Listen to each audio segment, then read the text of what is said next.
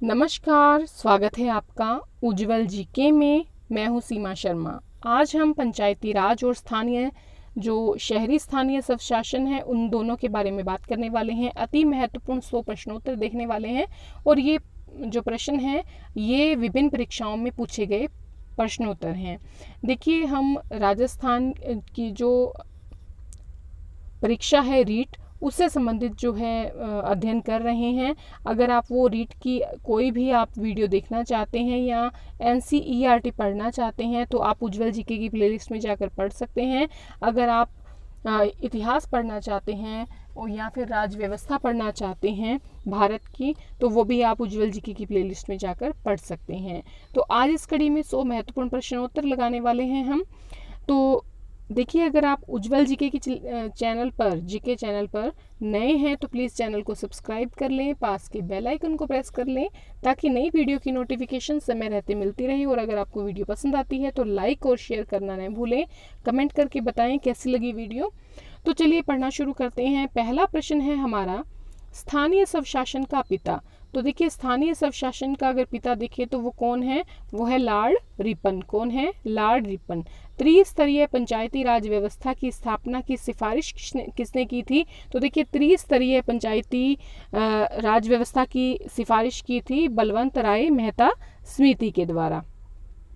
सबसे पहले राजस्थान की नागौर जिले में जो बगदरी गांव है वहां पर 2 अक्टूबर 1959 को पंचायती राज व्यवस्था का उद्घाटन किसने किया था?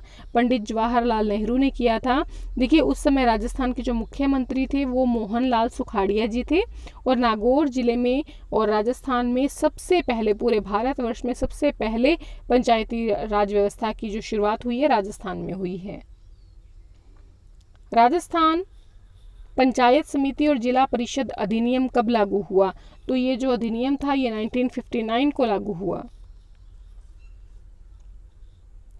ग्राम स्तर पर प्रातिनिधिक प्रजातंत्र लागू किया गया। तो किसके द्वारा लागू किया गया है? ग्राम सभा के द्वारा लागू किया गया है।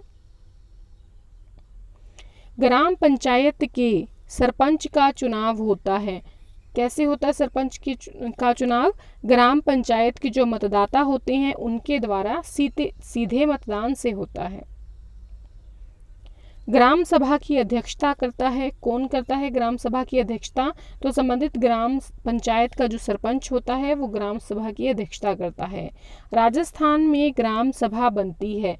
तो राजस्थान में ग्राम सभा जो बनती है वो पंचायत जो संबंधित जो आपके पंचायत सर्किल में आने वाले जो गांव होते हैं और जो गांवों के पंजीकृत मतदाता होते हैं उनसे बनती है। राजस्थान में छावनी बोर्ड की स्थापना की गई। तो कहां पर की गई छावनी बोर्ड की स्थापना? तो नसीराबाद में की गई है। पंचायती राज व्यवस्था है। पंचायती राज व्यवस्था है ग्रामीण स्थानीय स्वशासन। पंचायत के बारे में 73वें संविधान संशोधन में जोड़ा गया अनुच्छेद है 243 देखिए, 73वां संविधान संशोधन तो आपके पंचायत राज से जुड़ा हुआ है और जो 74वां संविधान संशोधन है वो आपके शहरी स्थानीय स्वशासन से जुड़ा हुआ है। राजस्थान में कुल पंचायत समितियां कितनी हैं? तो राजस्थान में अगर कुल पंचायत समितियों की बात करें तो वो हैं 295। और ये जो है मई 2019 तक के आंकड़े हैं। राजस्थान में कुल ग्राम पंचायतें कितनी हैं? तो ग्राम पंचायतें हैं 9892, ठीक है, 9892 हैं ग्राम पंचायतें। और कुल पंचायत समितियां 295 हैं। और राजस्थान में कुल जिला परिषदों की बात करें तो 33 जिला परिषदें हैं। और ये सारी चीज़ें जो है मई 2019 तक के आंकड़े हैं। सत्य है। तो देखिए, सरपंच ग्राम सभा की बैठक बुलाता है। सही है। सरपंच पंचायत कर्मचारियों पर प्रशासनिक पर्यवेक्षण व नियंत्रण रखता है। ये भी सही है। ग्राम सेवक जो होता है वो पंचायत के अभिलेखों का संधारण करता है। देखिए, इसमें 1-2 प्रश्न ऐसे भी हो सकते हैं जो रिपीट हुए होंगे और ये शायद इसलिए रिपीट हुए हैं क्योंकि ये किसी न किसी परीक्षा में पूछे गए हैं। तो आपकी तो तैयारी ही होगी, ठीक है।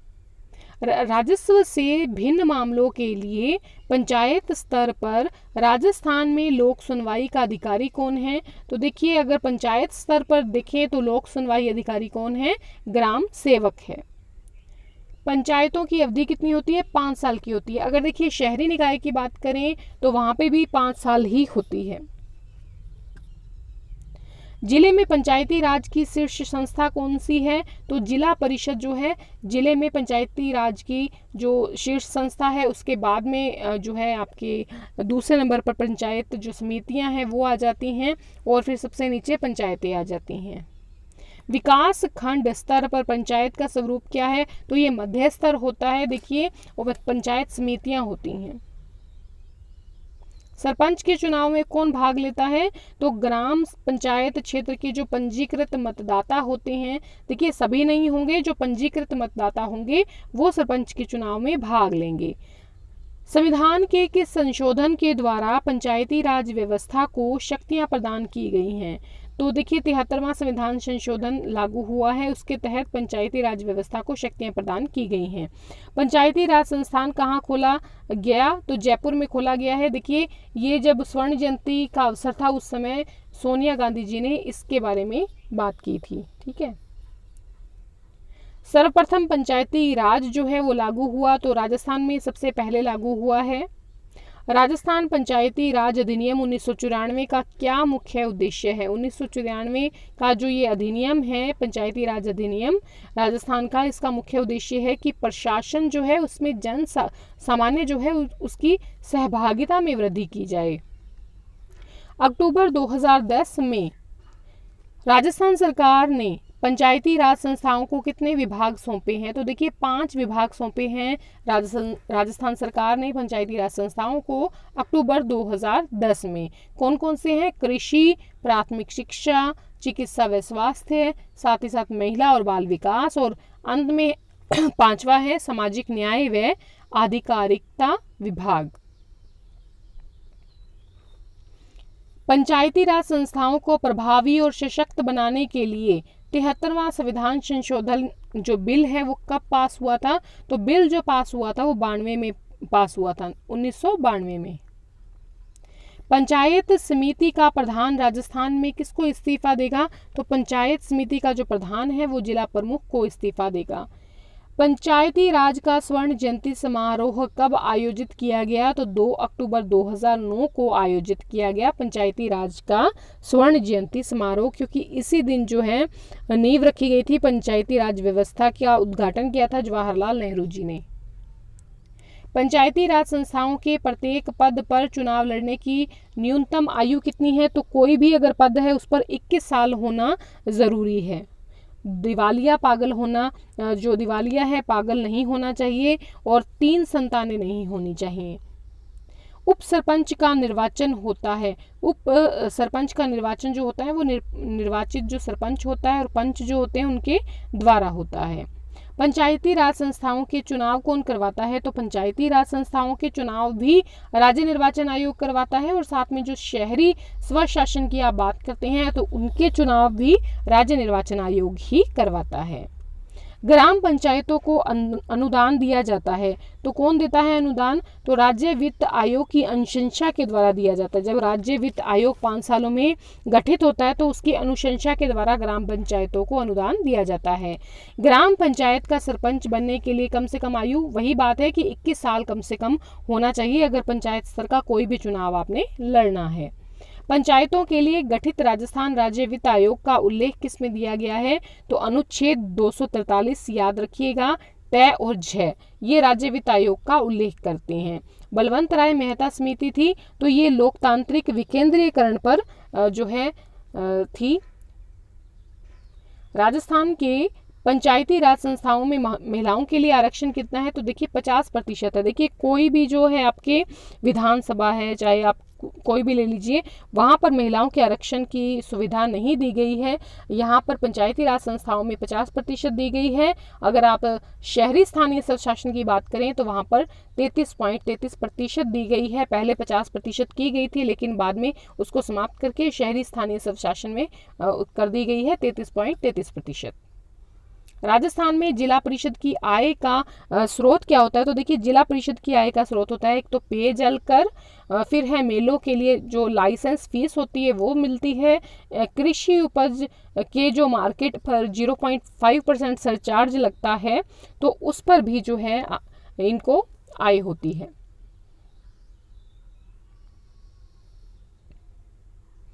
ग्राम पंचायत का चुनाव लड़ने के लिए न्यूनतम शैक्षणिक योग्यता, तो कोई शैक्षणिक योग्यता नहीं है। देखिए पहले योग्यता जो है की थी जनवरी 2015 में 5वीं पास होना जरूरी माना गया था, लेकिन बाद में इसको समाप्त कर दिया गया।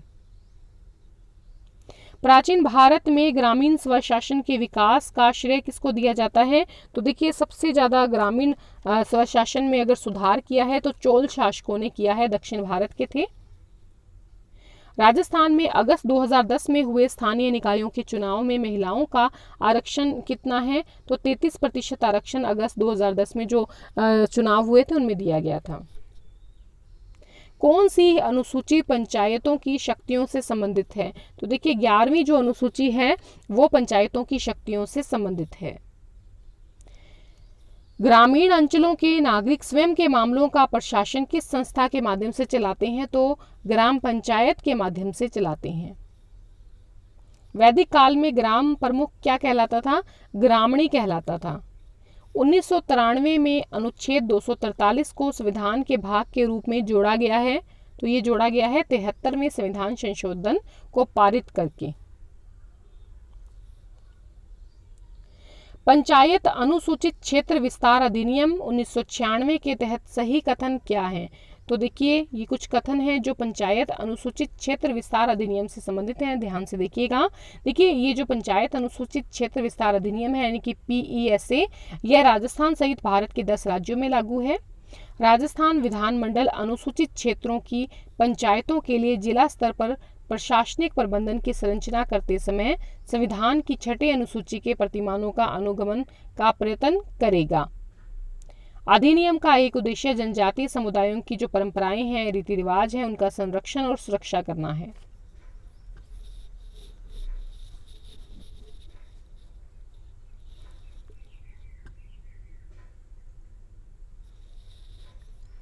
उप सरपंच व सरपंच अपना त्यागपत्र किसको सौंपते हैं? तो ये विकास अधिकारी को सौंपते हैं। जिला परिषद का अध्यक्ष कौन है? तो जिला प्रमुख जो होता है वो जिला परिषद का अध्यक्ष होता है। पंचायती राज प्रारंभ करने वाला भारत का दूसरा राज्य कौन सा है? देखिए पहला तो था राजस्थान, जिसने 2 अक्टूबर 1959 को शुरू किया था, और इन्होंने आंध्र प्रदेश ने कुछ दिन बाद ही 11 अक्टूबर 1959 को पंचायत व्यवस्था शुरू कर दी थी। राजस्थान ने की थी 2 अक्टूबर 1959 को। संविधान में पंचायती राज को व्यक्त किया गया है, तो पंचायती राज को व्यक्त किया गया है अनुच्छेद 40 में संविधान में पंचायती राज को व्यक्त किया गया है। संविधान में 11वीं अनुसूची जोड़ी गई, तो 11वीं अनुसूची संविधान में कब जोड़ी गई है? जब आपके 73वां जो हुआ था संविधान संशोधन हुआ था उसके तहत जोड़ी गई है। देखिए 73वें संविधान संशोधन के द्वारा अनुच्छेद जो आपका 243 है और भाग जो 9 है वो जोड़ा गया है। ठीक है, दोनों चीज़ें याद रखिएगा। देखिए एक तो 243 जोड़ा गया है आपके अनुच्छेद, और भाग कौन सा जोड़ा गया है? भाग जोड़ा गया है 9। ठीक है, और 73वें संविधान संशोधन के तहत 11वीं अनुसूची जोड़ी गई है। किस समिति की सिफारिश पर पंचायती राज संस्थाओं को संविधान के तहत सरकार का तृतीय स्तर घोषित करने के लिए संविधान में नया अध्याय जोड़ा जाना चाहिए, ये सिफारिश की थी? तो सिंघवी समिति जो थी, LM सिंघवी समिति, इन्होंने ये कहा था कि जो पंचायत का स्तर है वो तीसरा स्तर होना चाहिए और ये संविधान में एक नए अध्याय के रूप में जोड़ा जाना चाहिए। तो फिर ये 73वां संविधान संशोधन जो है इस समिति के आधार पर हुआ था। 1 लाख की जनसंख्या वाली जो पंचायत समिति है उसमें कम से कम कितने सदस्य चुने जाते हैं? तो 1 लाख की जनसंख्या वाली पंचायत समिति में कम से कम सदस्य 15 चुने जाते हैं। पंचायती राज संस्थाओं के चुनाव कौन करवाता है? तो राज्य निर्वाचन आयोग करवाता है। राजस्थान में पंचायत समिति में नियुक्त सर्वोच्च प्रशासनिक अधिकारी कौन होता है? तो देखिए वो होता है आपके BDO यानी कि खंड विकास अधिकारी होता है। और अगर आप पंचायत समिति की बात करें तो ये कौन सा स्तर है, ये मध्य स्तर है। सबसे निम्न स्तर पर तीसरा स्तर कौन सा है, पंचायत, और उसके ऊपर है आपकी पंचायत समिति, और उससे ऊपर आपकी जिला परिषद। पंचायती राज संस्थाओं के अध्यक्ष उपाध्यक्ष को पद से किस प्रकार हटाया जा सकता है, जितने भी निर्वाचित सदस्य होते हैं उनके द्वारा 3/4 बहुमत से अविश्वास जो प्रस्ताव है उसको पारित करके पंचायती राज संस्थाओं के अध्यक्ष या उपाध्यक्ष को हटाया जा सकता है। लोकतंत्र की पहली पाठशाला कौन सी है, पंचायती राज संस्थाएं। पंचायती राज संस्थाओं की आय के स्रोत कौन से हैं, तो पंचायती राज संस्थाओं की आय के स्रोत हैं, पहली बात तो कि सरकार से अनुदान प्राप्त होता है, करों में हिस्सा मिलता है, मेलों में, सवारियों में, मकानों में, कृषि भूमि जो होती है उस पर जो कर लगता है, वो टैक्स लगता है, वो आय प्राप्त होती है पंचायती राज संस्थाओं को। फिर जुर्माना जो लगाया जाता है उससे प्राप्त जो आय होती है वो भी पंचायती राज संस्थाओं की होती है, जो कि गांवों में लगती है। राजस्थान में नगर निगम के प्रमुख को क्या कहा जाता है, तो महापौर कहा जाता है। नगर निगम के प्रमुख को महापौर या ठीक है। वर्ष 2015 तक राजस्थान में पंचायती राज संस्थाओं के लिए कितनी बार चुनाव आयोजित किए गए हैं, तो देखिए 10 बार चुनाव आयोजित हो चुके हैं वर्ष 2015 तक। विकास खंड स्तर पर पंचायत का स्वरूप क्या कहलाता है, तो विकास खंड स्तर पर ये जो मध्य स्तर होता है ये पंचायत समिति कहलाता है। तहसील स्तर पर भू राजस्व व्यवस्था हेतु नियुक्त सर्वोच्च अधिकारी कौन होता है, तो तहसील स्तर पर होता है तहसीलदार, करों को इकट्ठा करने का काम करता है। नगर निकायों और जो पंचायती राज संस्थाएं हैं उनमें क्रमशः आरक्षण कितना है, तो नगर निकायों में तो है 33.33%, और अगर आप बात करें पंचायती राज संस्थाओं की यहाँ पर है 50%।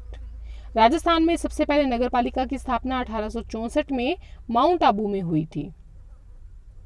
ग्राम पंचायत में सरपंच के अलावा न्यूनतम कितने पंच होने जरूरी हैं, तो देखिए 9 पंच होने जरूरी हैं। टोटल संख्या 10 होती है। 3000 से अधिक अगर जनसंख्या है तो उस पर प्रति 1000 या उसके किसी भी भाग के लिए 2 अतिरिक्त पंच होने जरूरी होते हैं। और आयु कितनी होनी चाहिए, 21 साल होनी चाहिए। पंचायती राज संस्थाओं के विघटन की स्थिति में चुनाव, तो चुनाव जो होते हैं अगर पंचायती राज संस्था का विघटन हो गया है तो 6 महीने के अंदर चुनाव होंगे। भारत में वर्तमान में प्रचलित पंचायती राज व्यवस्था का जनक कौन कहलाता है, तो बलवंत राय मेहता कहलाते हैं। पंचायती राज व्यवस्था, पंचायती राज विषय संविधान की कौन सी सूची में शामिल है, तो राज्य सूची में शामिल है। पंचायती राज व्यवस्था अपनाई गई तो शक्तियों के विकेंद्रीयकरण के लिए अपनाई गई थी पंचायती राज व्यवस्था। पंचायत समिति के प्रधान का चुनाव कौन करते हैं, पंचायत समिति के प्रधान का चुनाव कौन करते हैं, पंचायत समिति के जो निर्वाचित सदस्य होते हैं वही इनका चुनाव करते हैं। देखिए इसको प्रखंड स्तर भी कहा जाता है, यानी कि ब्लॉक स्तर। किस संविधान संशोधन में ग्राम पंचायतों में महिला आरक्षण का प्रावधान किया गया, तो ये 73वें संविधान संशोधन में किया गया था। किसने पंचायती राज को नए भारत का सर्वाधिक महत्वपूर्ण एवं ऐतिहासिक कदम घोषित किया, तो जवाहरलाल नेहरू जी ने पंचायती राज को नए भारत का सर्वाधिक महत्वपूर्ण और ऐतिहासिक कदम घोषित किया। जिला परिषद के अध्यक्ष और उपाध्यक्ष का चुनाव कौन करते हैं, तो देखिए जिला परिषद के जो जनता होती है उससे निर्वाचित जो निदेशक होते हैं उनके द्वारा जितने भी निदेशक होते हैं वो अपने में से ही अध्यक्ष और उपाध्यक्ष का चुनाव जो है करते हैं। राज्य निर्वाचन आयुक्त का कार्यकाल कितना होता है, तो राज्य निर्वाचन आयुक्त का जो कार्यकाल होता है वो होता है 5 साल या फिर 65 साल, जो भी आयु पहले होती है। मिलान करना है समिति, ठीक है, और वर्ष, तो देखिए बलवंत राय मेहता समिति जो थी ये 1957 में थी, ठीक है। अशोक मेहता समिति जो है 1977 में इसने अपना जो है प्रतिवेदन दिया था। ML सिंघवी की बात करें तो इन्होंने दिया था 1986 में। और अगर GV राव समिति की बात करें तो ये 1995 में, ठीक है। और ये सारी समितियां जो थी किससे संबंधित थी, पंचायती राज व्यवस्था से संबंधित थी। एक बड़ा महत्वपूर्ण प्रश्न है जो इसमें नहीं दिया वो मैं आपको बता दूं, पंचायती राज जो व्यवस्था है उसमें 29 कार्य दिए गए हैं, बहुत इंपॉर्टेंट है, 29 कार्य दिए गए हैं और कि कौन सी अनुसूची है? 11वीं अनुसूची है। कौन सी अनुसूची है? 11वीं अनुसूची है। कार्य कितने दिए गए हैं? पंचायती राज व्यवस्था में 29 कार्य दिए गए हैं। राज्यों के पंचायत का गठन कौन करता है? राज्य का विधानमंडल करता है। ग्राम सभा का क्या मतलब है? ग्राम सभा का मतलब होता है ग्राम स्तर के जो पंचायत क्षेत्र के निर्वाचन नामावली में जो पंजीकृत लोग होते हैं वो ग्राम सभा के क्या होते हैं? ग्राम सभा के लोग कहलाते हैं या ग्राम सभा कहलाते हैं। 73वें संविधान संशोधन का अभिपालन करने वाला पहला राज्य कौन सा है? तो 73वां संविधान संशोधन जब लागू करने वाला पहला जो राज्य है वो मध्य प्रदेश है। मिलान करना है समितियां सुझाव। तो देखिए बलवंत राय समिति जो थी इसने सुझाव दिया था कि त्रिस्तरीय पद्धति जो है वो अपनाई जाए। सबसे नीचे पंचायती राज व्यवस्था, उसके बाद पंचायत समितियां और उसके बाद जिला परिषद वाली स्थिति होनी चाहिए। अशोक मेहता जो है इन्होंने 2 स्तरीय पद्धति बताई थी, द्विस्तरीय पद्धति। ML सिंघवी ने कहा था कि स्थानीय शासन पद्धति होनी चाहिए, स्थानीय जो है स्तव शासन होना चाहिए। जी है, ठीक है, GVR राव इन्होंने कहा था कि प्रतिनिधित्व के तरीके में सुधार होना चाहिए। तो ये चारों ही समितियां इंपॉर्टेंट है और चारों ही पंचायती राज से संबंधित हैं। जिला परिषद के जो सदस्य हैं वो जनता के द्वारा निर्वाचित होते हैं। दूसरी बात, जनता द्वारा निर्वाचित सदस्य होते हैं। दूसरी बात कि जिले की जो पंचायत समितियां होती हैं उनके प्रधान होते हैं। जिले की जो विधानसभा है, लोकसभा है, राज्यसभा है, इसके सदस्य होते हैं।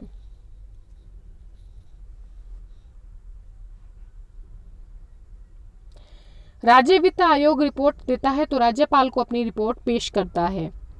राज्य सरकार और पंचायती राज संस्थाओं के मध्य विभिन्न करों के बंटवारे के सिद्धांत को निर्धारित कौन करता है? तो राज्य वित्त आयोग जो है राज्य सरकार और पंचायती राज संस्थाओं के मध्य करों के बंटवारे का सिद्धांत जो है लागू करता है। पंचायती राज की प्रमुख उपलब्धि क्या है? प्रमुख उपलब्धि है राजनीतिक चेतना का विकास करना, मतलब जो स्थानीय स्तर है वहां पर राजनीतिक चेतना का विकास करना। किस संविधान संशोधन अधिनियम ने देश की स्थानीय शहरी निकायों को संवैधानिक दर्जा प्रदान किया है? तो अब हम शहरी निकायों की बात कर रहे हैं तो 74वां संविधान संशोधन जो है इसके द्वारा ये बात कही गई। राजस्थान में शहरी स्वशासन निकायों के अध्यक्ष पदों पर महिलाओं के लिए कितने पद आरक्षित किए गए हैं? 33.33%। मौर्य काल से जारी नगर पालिका प्रशासन का कार्य क्या है? तो मौर्य काल से ही जन्म और मृत्यु का पंजीकरण करवाया जाता था नगर पालिका के द्वारा। संविधान के भाग 9 क का संबंध किससे है? तो शहरी स्थानीय स्वशासन का संबंध भाग 9 क से है। 12वीं अनुसूची किससे संबंधित है? 11वीं तो आपके पंचायती राज से संबंधित है और 12वीं अनुसूची संबंधित है आपके शहरी निकायों को हस्तांतरित की जाने वाली शक्तियों से। जून 2019 तक राजस्थान में कुल कितने शहरी निकाय हैं? तो देखिए 194 शहरी निकाय हैं। देखिए सबसे पहली बात तो 7 तो इसमें क्या है? नगर निगम है। 34 क्या है? नगर परिषदें हैं और 153 क्या है? नगर पालिकाएं हैं। ठीक है, पहले कितनी थी? ये 150 थी, अब 153 हो गई हैं। 3 जुड़ गई हैं। एक तो खाटू श्याम जी नगर पालिका जुड़ी है, एक प्रतापपुर गढ़ी नगर पालिका जुड़ी है, इसके साथ ही थानागाजी नगर पालिका जुड़ी है। तो 3 नगर पालिकाएं जुड़ी हैं, 34 नगर परिषद हैं, 7 नगर निगम हैं। तो टोटल कितने बन गए? 194। शहरी निकायों के निर्वाचित सदस्य जो हैं वो क्या कहलाते हैं? वो पार्षद कहलाते हैं या फिर वार्ड सदस्य कहलाते हैं। शहरी स्थानीय निकायों के लिए कितनी उम्र दी गई है? 21 साल चुनाव लड़ने की उम्र है।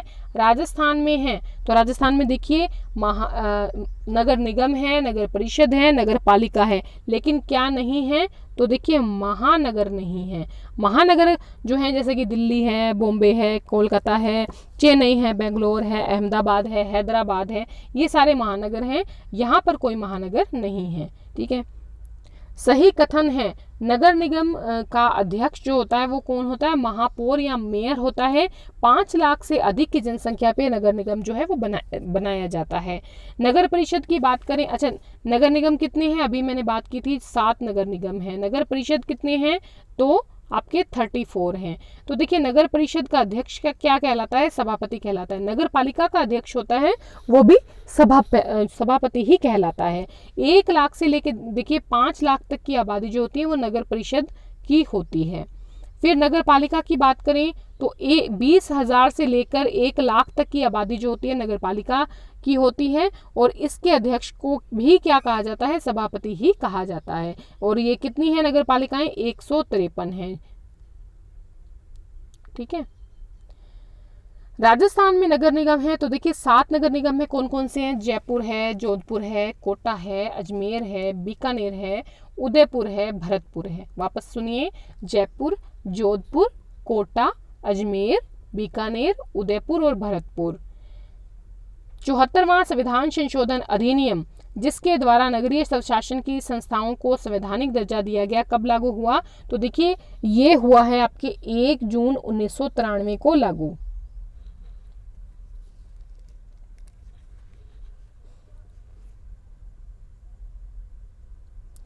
नगर निकाय की 2 जो बैठकें होती हैं उनमें कितना अंतराल होना होता है जरूरी, तो 60 दिन से अधिक का होना नहीं चाहिए, 60 न्यूनतम होता है। ठीक है, अंतराल।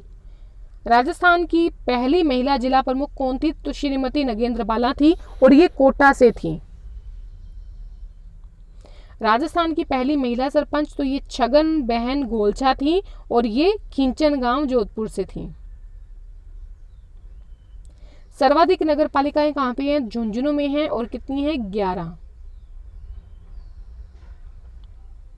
सर्वाधिक पंचायत समितियां कहां पर हैं, तो देखिए 17 पंचायत समितियां हैं, बाड़मेर और उदयपुर में, दोनों में ही सर्वाधिक पंचायत समितियां। तो इस प्रकार से 100 प्रश्नोत्तर हमने लगा लिए हैं। थोड़ी स्पीड ज़्यादा थी, लेकिन जो है टाइम को भी देखना था हमने। अगर आप अंत तक बने रहे हैं तो बहुत बहुत धन्यवाद। लाइक करें, शेयर करें, कमेंट करें। धन्यवाद।